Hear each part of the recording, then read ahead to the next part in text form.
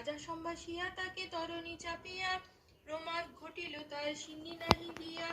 আর গুড় দিয়ে করিবে সে ভক্তি, গৃহে হন উপনীত। ব্রাহ্মণী শুনিয়া সব হয়ে আনন্দিত, পূজা হেতু আয়োজন করে বিধিমত। ভক্তিভাবে পূজে দ্বিজ নারায়ণ পদ, প্রভুর তাদের বলে বিধান সমস্ত। কাঠুত সিন্নি যে করিল তারা বিধি সহকারে, কাঠুরের সম্পদ দেখিয়া হৃষ্টমন উপজিল।